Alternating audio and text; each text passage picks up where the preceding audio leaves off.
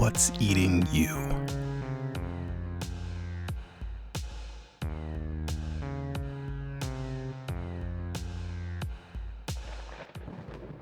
Hello and welcome to another episode of Coruscant Nights. Tonight on Coruscant Nights, I am joined by a voice familiar to many of you. It's our first time playing together. I'm very excited. Welcome to Sam from the Starbirds. Hola, and hello. How's it going, Sam? Yeah, you want to talk about Starbirds for a second for anybody who hasn't listened to your amazing show yet? Yeah. Self-promotion's hard. It is. Self-promotion is really hard. It's fun to, we lean a lot into comedy and, just banter. I think that's where most of our stuff is just ad-lib banter. It's almost an audio drama. There are times where there's not much rolling.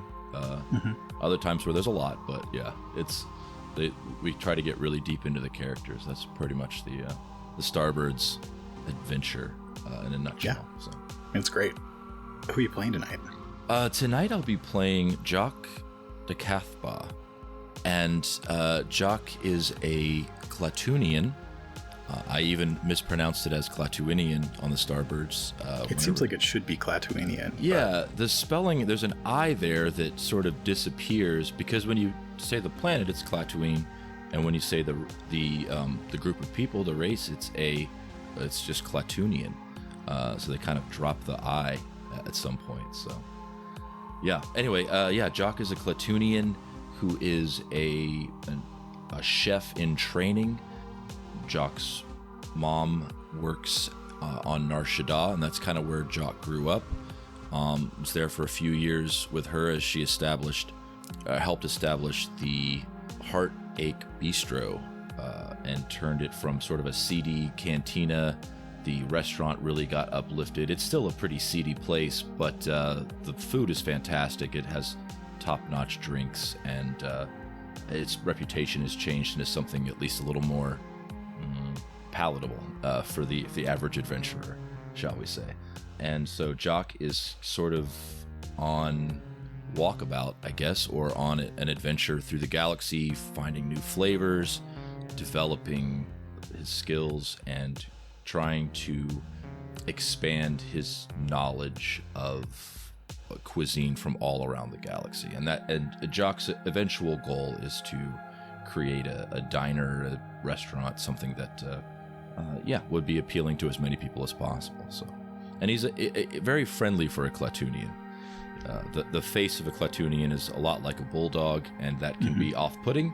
But once Jock gets to talking to you, that sort of that rough or gruff exterior quickly fades away. Very friendly guy. Great. Yeah. So where is Jock's journey? I keep wanting to say Jacques, but it's Jock with a hard J. It really is Jacques, and I go back and forth between the two from time to time. What was the question again? Sorry. Where is Jock's journey through a galaxy of flavors find him winding up right now? So I think right now Jacques is working at Ang's Noodle House off Dak Avenue. And really, I think that there's Jock is beginning to explore sort of the culinary mastery of making noodles from scratch, sort of the various sauces and whatnot that goes into that, which, we don't have to make the whole show food related, but yeah, that's where Jock is. The whole show is food related. Yeah. There's a spaghetti monster. I don't know if you could see in the Riverside thing before we started here what I called this tentatively. What's that? This Night of the Living Bread. Night of the Living Bread.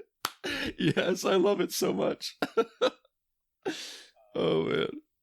So the dough will rise again. Yeah. Oh, sorry. Sorry. It's great.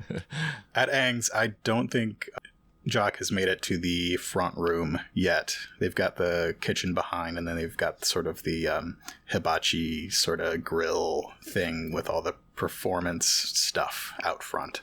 Mm-hmm. Do you want to paint a picture of the kitchen of Ang's Noodle House? Yeah, so so much familiarity with kitchens in my own life. I thought so. Yeah. It's quite a lot, like 20 years worth. So yeah, I think that there's one wall which is really just dedicated to stovetops. There are pans. There are all manner of hot held foods, from tasty prawns and various sauces, a variety of meats that are sort of ready to get into a broth, just simple strips of various things. There's a lot of delicious cut vegetables that are stored in coolers just behind, and it's really just a large rectangle with a door at one end where everything sort of flows out. And you've got tons of stovetops. You got several ovens, stacked 3 high and farther back away from the door. Yeah, and so it's just there's a clatter of metal. There's the smell of the occasional electric fire or what have you, and then all of that's being mixed together with these just a variety of aromas. So the average kitchen, probably the meat's the thing that is the most pungent as it cooks, but I don't know. Something like that. How high up on the Ang's Noodle House food chain, at least in the back, do you think Jock is? I think Jock is just a step above sort of a Padawan, as it were, a trainee. So Jock is really learning the sous chef side of things, and this is not an area of expertise for him. He really specializes in his flat cakes, his flapjacks, which he's always trying to find something new that can be added to his menu. So he has this data pad that he's constantly jotting down notes. He's adjusting recipes, and when people aren't looking or things get slower, he's working on something on the side that's going to be added to that future menu. But really, Jock's a pretty humble guy and is looking for ways to help the restaurant grow. So just sort of there under tutelage, just making enough to really just get a little place and continue the journey from there. So okay, cool. I think before we get any further, we should roll our force dice to see what our destiny pool looks like. Okay. I got 2 light side points. I got 1 dark side point. Not bad. Okay.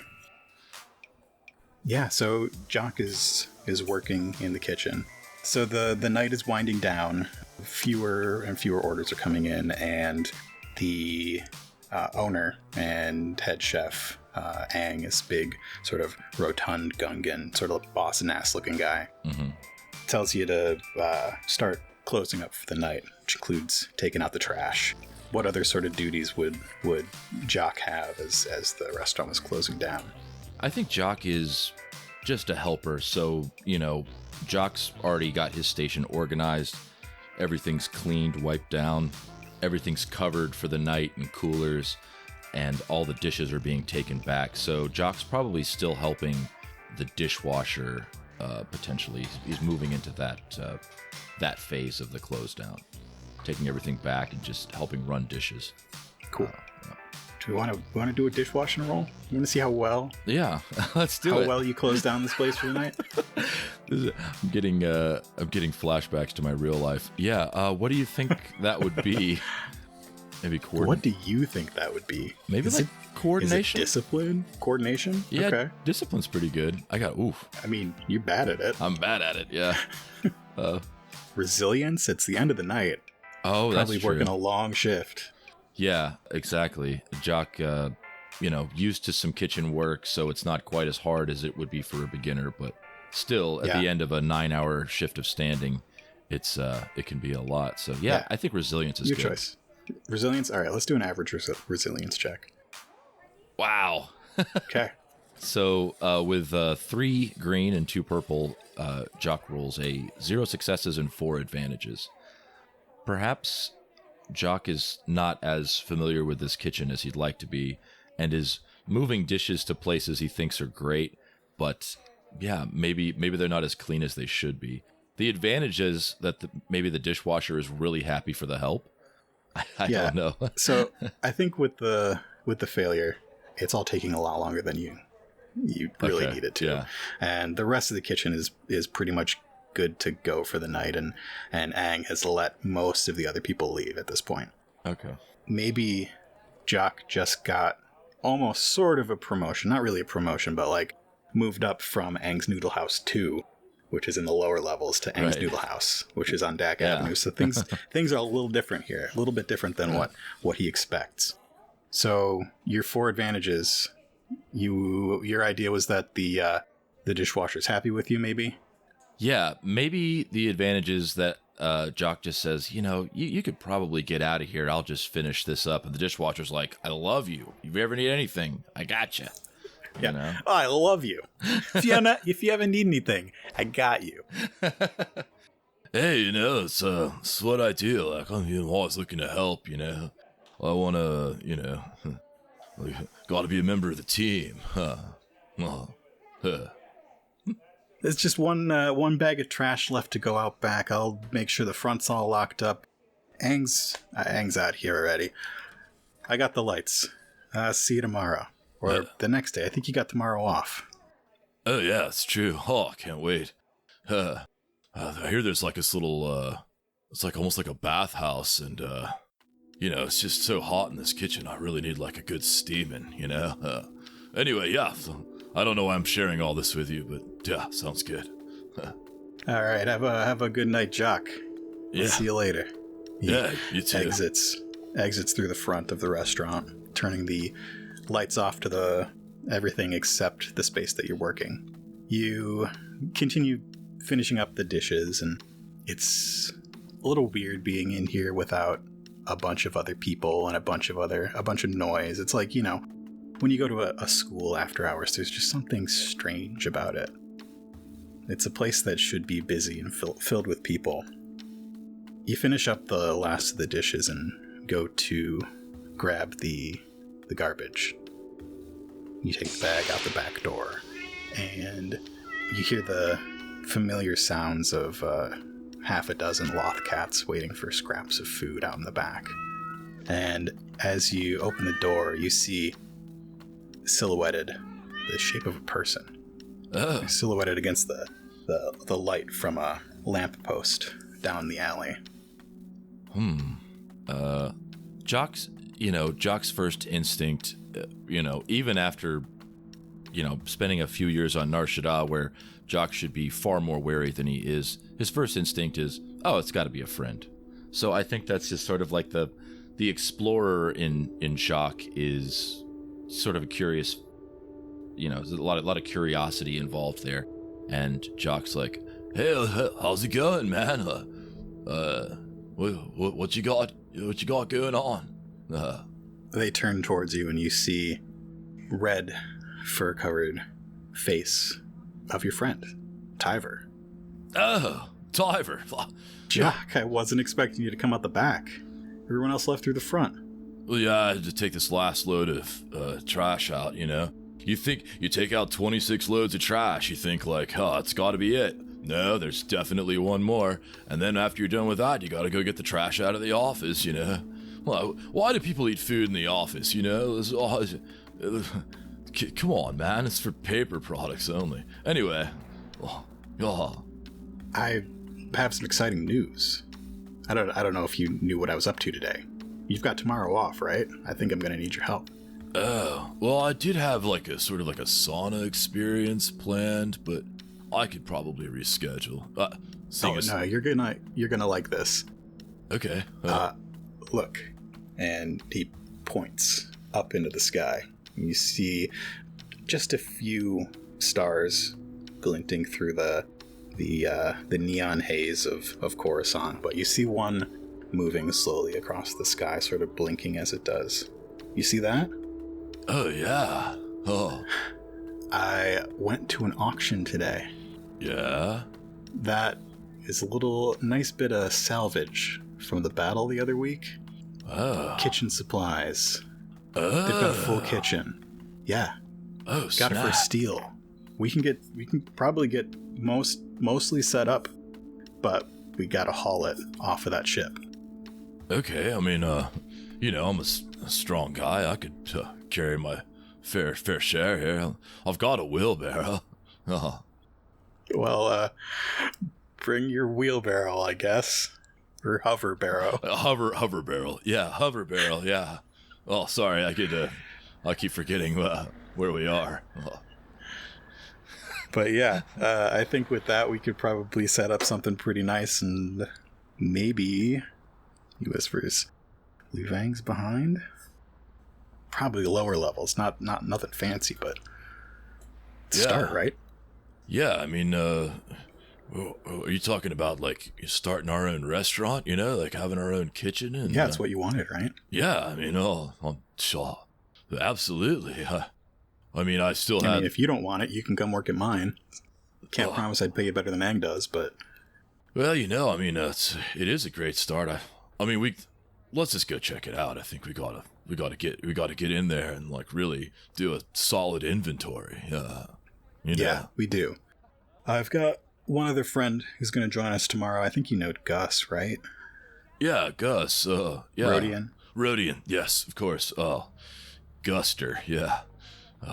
Classic Gus. Always. Yeah. So we'll head out in the morning. There's a big ship of people. Pretty much everyone who won something at the auction is going to be heading up there, and yeah. Well, have a good night. Good luck with the trash. See you tomorrow. Oh, all right. Jock reaches the dumpster and sort of puts in the last bit, locks the lock, clamping it closed across the top, and then heads back in just to wash up and lock the back door before leaving. Yeah. Mm-hmm. Do you want to describe the rest of your night, or should we go to the morning? Well, I think that Jock does like to do things after close. So this is when, the adrenaline of the night is still there, but Jock doesn't have all the stuff he has to do with his hands, all the work he has to do. So his mind's still going, but, he can kind of think about plans in the future. And Jock likes to take his ample sniffer, his nose, and sort of go through the streets, looking for delicious smells or sniffing for delicious smells. And so Jock sort of hangs out, behind late night diners, sort of catching wafts of things. He'll go into the diner and take a look at their menu, take a to-go menu with them, and see sort of what sort of flavors they're combining. This is just something that's always going in the back of Jock's mind. Like, this menu is an obsession for him. And of course the flapjacks are, that's what he wants to be his classic dish. And he's already got that down, but he really wants it to be, like I said, more expansive. So yeah, he sort of wanders around for a few hours, trying to find some great smells, and eventually, finds his way back to his, probably pretty small living space, just what he can afford on. He's got a menu for the little cabana, which is Gungan food, Zabrak style. Okay. Yes. What is that? What would that look like? A lot of I think it's hard-boiled eggs. A lot of hard-boiled eggs. Yeah. Amphibians. Mm-hmm. I have no idea what Zabraks would eat, but I feel like they would be very spicy. Oh, absolutely. Yeah. So very spicy Gungan food. Right. And Jock's sort of poring over the menu. It's like, no, I refuse to use bantha chili on any of my dishes. It's not okay. Such a gentle creature, It's just not happening. Sort of goes through the menu, muttering to himself. Finds a couple. I just don't know enough like Star Wars ingredients. I guess you kind of have to make them up. Let's see, we got fruits. There's lots of fruits. There's Jogan fruit. There's Melurons. Yeah. There's a lot. I've got a cookbook on the shelf right behind me. So yeah, Jock's looking at all these fruits, and he's like, great topping, phenomenal topping, great topping. He's like, it's like 8 different toppings for pancakes right here. Like, oh, Meluron. Oh, yeah. Maybe like a compote. Yes. Mm-hmm. All right. Tucks it into sort of a pocket behind his apron. Oh, I haven't even described what Jock sort of looks like. Yeah.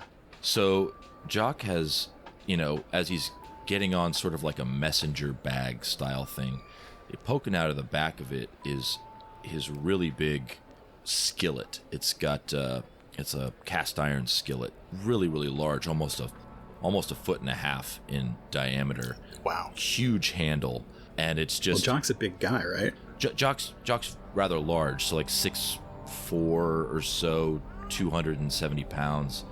Kind of looks like the average Klatooinian, and sort of presented as bigger throughout Star Wars. And across the front of the messenger bag is sort of a bandolier of, he's got spatulas, he's got measuring cups, he's even won a couple of little minor, or maybe he came in third in a few like little cooking contests, and he has a little gold measuring cup that has an inscription, third place, Corellian sector, mini cook-off, and it's sort of hanging off in the bandolier. And yeah, anyway, and then he's wearing sort of underneath that, sort of wearing like a thick apron, sort of like a leather style apron. Yeah, that's pretty much it. He just wears the apron everywhere. Okay. Yeah. And getting home, I'm imagining a small apartment. Somewhere on one of the dressers, there's this prized signed photo of him, like arms around Fry Kiri, both of them giving a thumbs up, signed. Yes. Absolutely. And then I think there's also like a wall, almost like those conspiracy theory walls, where there's ingredients and they're sort of connected by red string, and it's then it's pointing over to the flapjacks in the middle, and you can sort of like take the toppings and add them together. He's doing sort of mad science on the wall, with bits of craft paper. So he's written it all out. I think Jock just sort of stretches. Oh, so much flavor. Oh, so much flavor. Getting real tuckered. Sort of just pulls the messenger bag off and just slumps over as sort of the adrenaline starts to fade off, and the sleep is almost instantaneous, I think, for Jock. The next morning, after what I can assume is a hearty breakfast. Oh yeah. Jock meets up with Tyver and Gus at the docks. There is a transport ship going out to the ship that's in orbit, and there's a group of people, maybe a dozen or so people who are boarding. You see other people with like hover sleds and things to take things out of this ship, tools and stuff. At least one load lifter. Mm-hmm. Jacques is pushing the hover barrel, as it were. Sort of got like one rickety handle, and sort of it's almost like it when it's sliding forward, it's also like sliding sideways a little bit. So Jock's almost like it's got a bad wheel, right. Even though it doesn't have wheels. Even though it doesn't have wheels, right? Yeah. Exactly. You just have to keep pressure on one side when you're pushing, so that it doesn't turn to the other direction. Yeah. I see you brought the hover barrow. Yeah. It's. I figured if we had to carry something, we could at least balance it on this. I don't know. Yeah, that's gonna be handy. Yeah. You meet up with Tyver and Gus. Tyver is Deveronian. He's got the red, sort of lightly fur-covered skin of a Deveronian with the two black dots on the forehead. Mm-hmm. And Gus is a Rhodian who is purple. Mm-hmm. They both look like they are ready to carry heavy stuff. They're wearing like light clothing, ready to probably get pretty sweaty, inventorying and moving stuff around. Yeah. The ship loads up, everybody gets aboard, and it takes off from Coruscant. As it does, Tyver sort of explains the deal. This ship, I guess something happened to it during the battle. All of its escape pods are gone, and nobody knows who owns it. It's not a military vessel or anything like that. So, but yeah, it was sort of like a I wouldn't say like a pleasure yacht, but it's if a shopping center could also be a ship. Yeah, that's an interesting way to describe it. So there's a food court, I guess? There's a food court. Okay. So there's a couple different kitchens, and we've got rights to 2 of them. Oh, wow. Yeah. Other people, they wanted, like, the cargo and stuff like that, so load lifter. Mm-hmm. Do you know what to expect? I don't know what they were cooking, so I don't know what to expect. Hopefully good stuff. Yeah, I mean, look, if there's any skillets of any value, we've got to grab those because you can never have enough skillets. This much I know. Also, if they've got any of the T-56 ovens or any good equipment we could make salvage of, you know. And even if we don't keep it all, we could sell some of it for more supplies. So it's a win-win, you know. Did you really bring a skillet with you? Gus says they look over your shoulder. Look, you never know when you're gonna need flapjacks, okay? I've even brought my special sauce. I've got it right here on my bandolier. We're gonna be carrying really heavy stuff, and you brought, like, what, a 5-pound skillet? I think it's at least 5 pounds, right? It's like 15 pounds, man. This thing is truly something. But, you know, they make them out of lighter metals. Well, that's the thing, though. See, the light metals heat up in a different way. And that expansion process, you lose that innate flavor. Every time you cook a flapjack, there's this tiny little thin layer of burnt, you know, right on the edge. And it's just, that seals in, and over time, that skillet it gains a character all its own. When I think about cooking, I think, you know... At this point, they're like, please, they're just rubbing the tops of their foreheads, like, please stop. This just... Gus in particular is not a food person. And they're like Tyber's neighbor or something.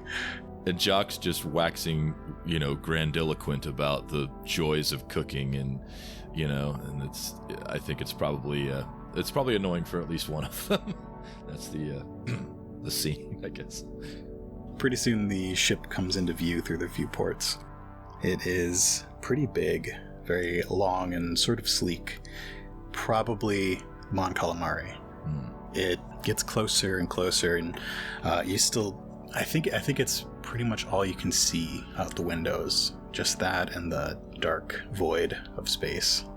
People sort of slightly push towards the doors as you near it, and eventually you hear the hiss and clamp of the docking mechanisms. The door slides open to a dark, dark space. The load lifter goes first. Yeah, I think Jacques probably hangs back. He's like, oh, just hang back. You know, this hover barrel's got like a mind of its own, you know. Huh. Yeah. It's just like, let's let everybody else clear out. I mean, who's going for the kitchens anyway, right? It's just us. Jacques is looking around. Can Jacques roll a perception to see if there's any other potential chefs? I don't even know if that would be... Absolutely, yeah. Let's see. This would be, perception, right? Yeah, I think so. It's easy. It's one purple. All right. I got 2 green and 1 purple. Oh, wow. 3 successes, 1 threat. One person was hovering close while you were waxing poetic about the art of cooking. They move off with 2 other people, and you can see as they move off, the back of one of their shirts is the logo of... Maybe Golden Gundark Kitchen, you know, like the kitchen. It's the logo of... This is new in town. Golden Gundark Catering. Catering, okay. Yeah. Oh no. I'm guessing the threat is also Golden Gundark. Yeah. So they have quite a lot of money. And quite a lot of muscle.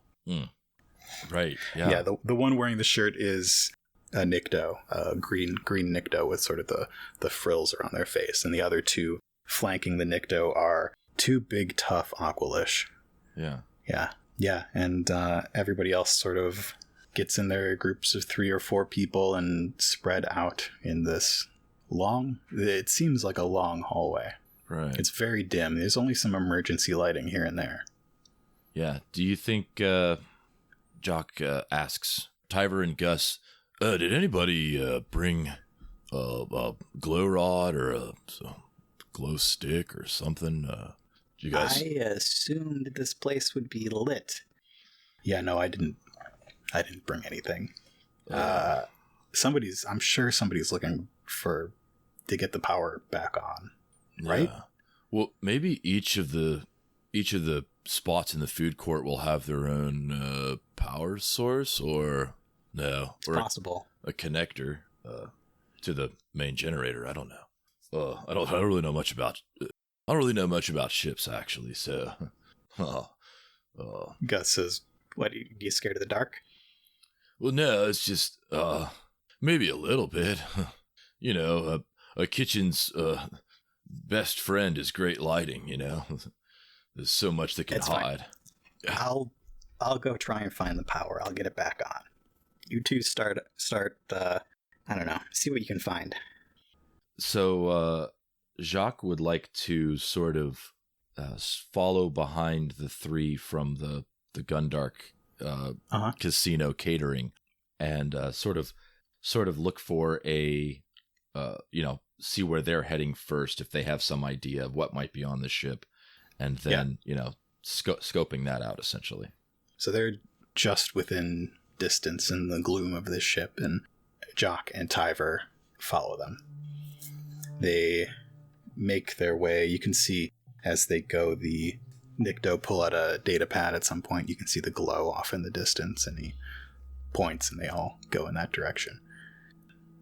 Tyver also has a data pad with an inventory and what information there is about the ship.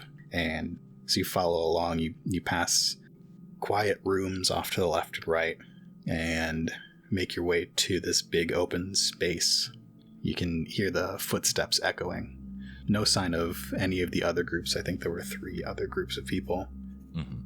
I think Jacques needs more light on the subject, and so is going to sort of look around for sort of like a maintenance area, or like a custodian's closet, something where you might be able to find a flashlight.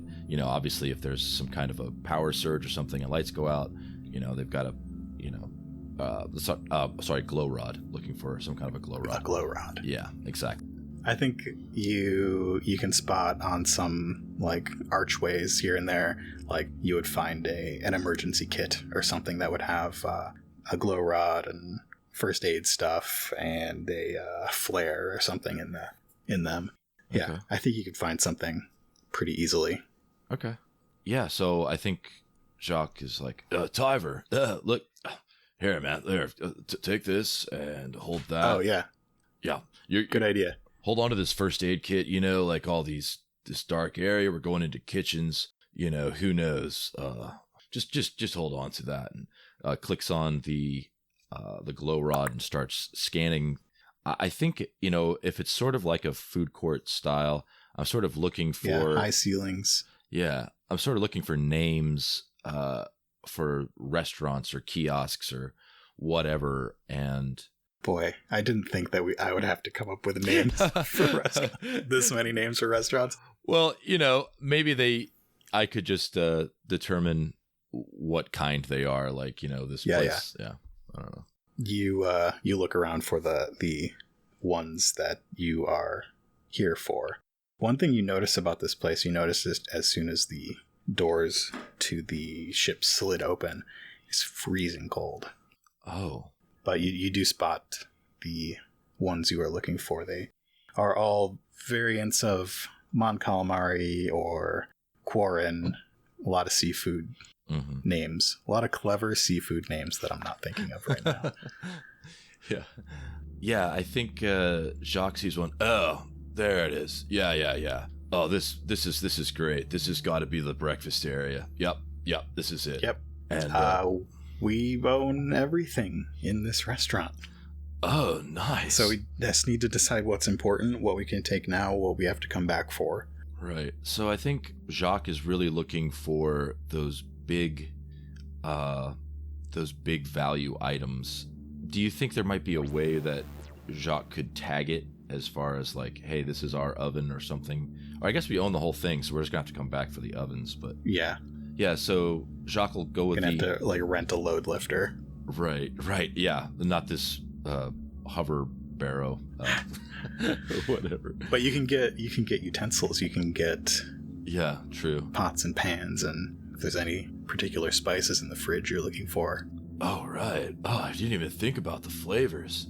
Oh, yeah. So Jacques goes through with a glow rod and is sort of scanning the small fridges up front. You can see a number of like fizzy drinks still in there, I'm guessing. Sort of pans back through. There's a full spice rack. Oh yeah. All of Not this. only that, as you're looking, you see that there are still pans on the stove with food in them. There are still plates on the tables with half-eaten food. Okay.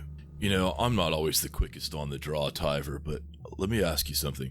Does it just look like this place was abandoned, like, all at once, buddy? Yeah, it does. I assume it's because the Battle of Coruscant happened, but... Oh, that's true, yeah. Well, I don't know how long the ship's been drifting here, so... Yeah. I don't know. This is giving me, like, just the heebie-jeebies. It's making me all, wiggly smiggly. I don't know. So, there's a big crash. I'd like a fear check. Oh, yeah. Thanks for listening to this episode of Coruscant Nights. Thank you to Sam from the Starboards podcast for playing on these episodes. If you like Coruscant Nights, be sure to check out our other shows, The Other Place, Tales from the Grey Library, and Lone Gamers of the Apocalypse. And be sure to check out our Patreon. Currently on the Patreon, Doug and I are releasing Bad Batch Boys, a podcast where I make Doug watch all of the Star Wars things that he hasn't seen. We're currently doing a deep dive into the Clone Wars Season 7 with episodes releasing every other week. Coruscant Nights is a production of Nightcast Creative. You can find more info about us and all of our other shows at nightcastcreative.com.